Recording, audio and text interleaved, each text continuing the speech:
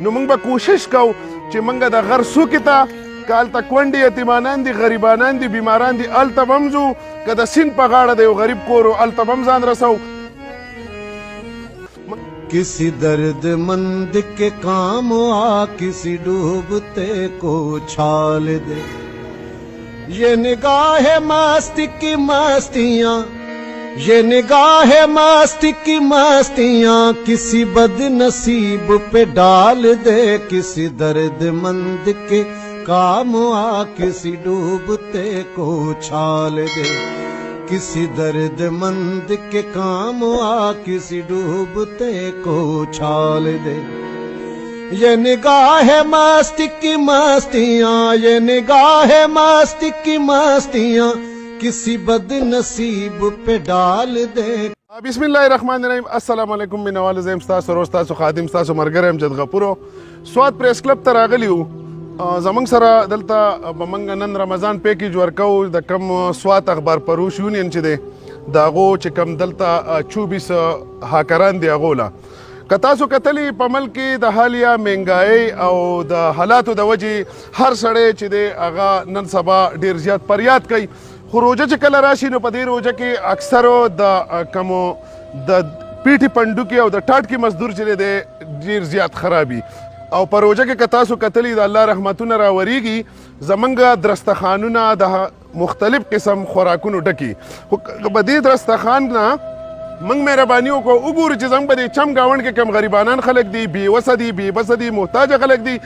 دوله ته موږ ورکو نو الله رب العالمین رحمتونه به راوریږي او که ماته دا پته وه چې زما په دې ګاونډ کې دا سړی غریب دی او د روژه ماتې او د پیشبندي خوراک وکره نشته او زما کره درستخان ډکو نو ګورې دا روژه زما نه کېږي چې راته پته وه ور مې وله نه کو نو دا روژه مې نه کېږي.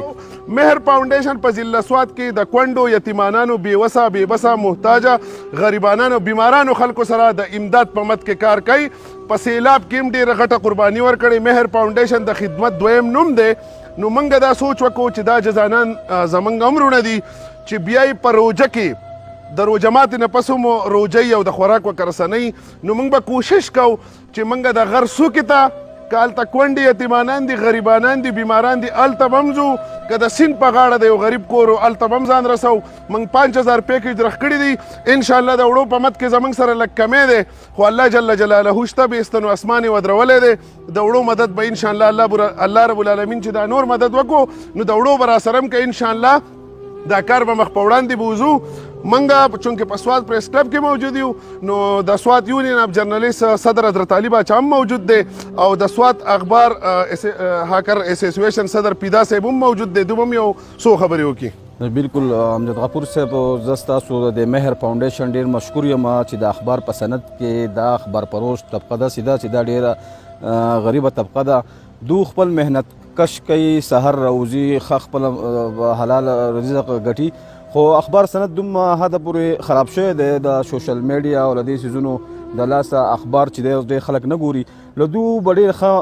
دغه کېدو هغه اوس چې دو کم کمیشن علي 30% 35% نو هغه ډېر زیات کم دی نو هغه باندې له دو 1500 او 300 روپۍ هغه دیاړي پاتې شوي ده نو هغې باندې هېڅ هم نه کېږي خو بیا هم دو خپل محنت کوي هغه خپل کار چې دی هغه جاري ساتلی دی او هغه چې دی اوسه پورې کوي. زه د دې فاونډیشن ډېر مشکور یم چې دا رمضان را روان دی هغه له دو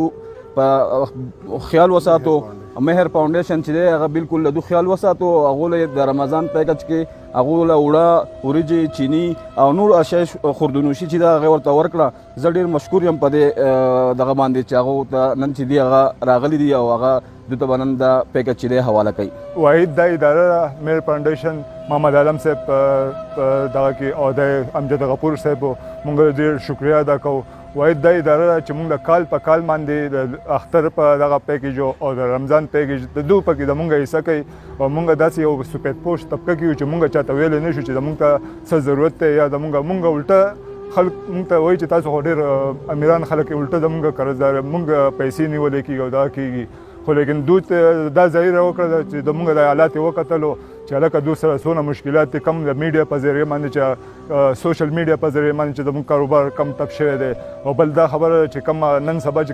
کم ارتور مهنګایي ده نو هغې خو زموږ ملاګانې ماتې کړي دي خو لیکن موږ شکر دی چې موږ چاته لاس نشو پور دغه کولی چې موږ له سره کوي خو لیکن الله یې نه موږ الله پاک زموږ مدد کوي او څنګه چې دا شانتي دلیران کسانی او میر فاونډیشن والا محمد عالم صاحب دا شانتي دادی امجد غفور صاحب دو په شانتي ځوانان زموږ ان شاء الله چې اس وم نه کیږي الله پاک زموږ ثواب کوي. مونږ خو جی د امجد غفور او د مهر فاونډیشن ډیر زیات مشکور یو او دې ته خراج عقیدت پیش کو چې یاره د دوی ته ګدود او د دوی په کوششونو په وجه باندې دا مظلومه طبقه کم چې اخبار فروشان دي کم چې خپله محنت کوي مزدوري کوي او کلی په کلی ګرځي او هر دفتر ته ځي په دې ښارونو کې ګرځي اخبار چې دی هغه خرڅوي خو د دې حال یا اخبار باندې چې کوم زوال راغلی دی په پرنټ میډیا باندې د هغې په وجه باندې د دې خلکو هغه مزدوري چې ده هغه ډېره متاثره شوې ده نو د دوی د دې کاوش په وجه باندې چې دوی ته د رمضان پیکج میلاو شي نو موږ د دې مهر فاونډیشن او خاص کر د امجد غفور ډېر زیات مشکور یو چې یاره د بېوسه د مظلومو کسانو ته د لیبرانو ته دې ته چې دی که نه دا پیکج چې دی ورکو نو دا ډېره د خراج عقیدت درته موږ پیش کوو او دا د ستاینې وړ ده جي دا د دوی دریم کال پرله پسې دا اخبار پروش چې دي نو دوی د ځان سره په دې فاونډیشن کې په دې حصه کې شریک کړي دي لا حقیقت ته امجد غفور صاحب خبرې وکړې پیدا صاحب خبرې وکړې زموږ د ملګري خبرې وکړې زما په خیال باندې چې د 2016 نه مخکې چې زموږ د کاروبار کمون موږ په زرګاو روپۍ ګټلې د 2016 نه زه چې بازار ته راوځم سهار مونځ وکړم بازار ته موږ راوځو چې مازدیګر ماسپښینه پورې موږ وګرځو نو یقین وکړئ چې اکثر پکې کور کې سوي هم نه شو ځکه چې د ایجنسیانو پیسې هم پوره نه شي موږ د دکاندارانو دونه قرضداري او دونه ګراني ده چې کور ته واپس ځو نو موږ قرضداري ځو نو په دې ملک کې داسې طبقې ډېرې دي او په دې ملک کې د انجوګان او دا هم داسې ډېر دي واحد موږ دا یو فاونډیشن ولیدو چې دا درېمه روژه ده چې پرله پسې بغیر زموږ د وینا نه او بغیر زمونږ له ملاقاتونو نه هغو ته چې کم دی نو دا خپل پروګرام یادي چې آیا زمونږ سره په دې فاونډیشن کې داسې یو طبقه رجسټر ده چې هغه به چې کم دی نو زمونږ نه تمه کوي او زمونږ سره د هغو حق دی نو موږ یو پیره بیا د دوی شکریا ادا کوو او دعاګانې به ورته هم کوو چې د دې غریبانانو سره دوی څونه ښه کوي الله دې چې کم دی نو د دوی دا محکمه دې حد ته بوځي چې په دې ټول پاکستان کې دی الله خوره کې او دا توفیق او طاقت ته الله دې ټول مشرانو کشرانو او د منبرانو له ټولو لور کې چې کور ته دا پیکج ورسوي او د دې خلکو دعاګانې ولي او د دې خلکو دا خلک چې کم دی د ځان سره په روژه او په اختر کې شامل کړي نو دا به چې کم دی نو زموږ د زړه نه دوی ته دعای او الله دې په موږ ټولو باندې رحم وکړي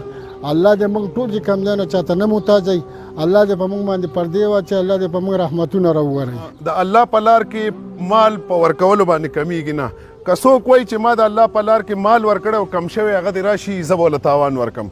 چې د الله په لار کې څوک مال ورکوي الله رب العالمین د هغه په مال کې برکت اچوي او د هغه په کور رحمتونه د الله راورېږي نو چې د الله په مدد او په سایه کې یو سړی ګرځي نو چرې هم د هغه په مال کې څه زوال نه راځي او د هغه په کور باندې هم څه زوال نه راځي راځئ چې د نن نه عهد وکړو چې څنګه دا غریبانان منګه کور کړو داسې ستاسو په کور کلي کې چې کومه جزانان او غریبانان خلک دي هر سړي ته پته ده چې زما په کلي کې دا کونډې دي یتیمانان دي بېوسه دي او بېبسه دي که هغه منګه هر سړی ورسره امداد وکړو نو هېڅوک به د سکرین ته هم رانه شي او نه به بازار ته څوک راوځي سوال به وکړي خو په دې ځای کې درته دا یو خبره کوم چې دا کونډې یتیمانان بېوسه بېبسه محتاج او غریبانان خلک چې دي دا د سرور کائنات امام الانبیاء رحمت للعالمین سردار دو جهان حضرت محمد مصطفی صلی الله علیه و آله وسلم خصوصي ټولګی دی او د دې خصوصي ټولګي سره ښه کول د الله جل جلاله په اکاونټ کې جمع کول او الله رب العالمین د بنده قرض په ځان باندې نه پرېږدي دې نعم البدل وله ورکوي ډېره مننه ډېر عزتمن شی دي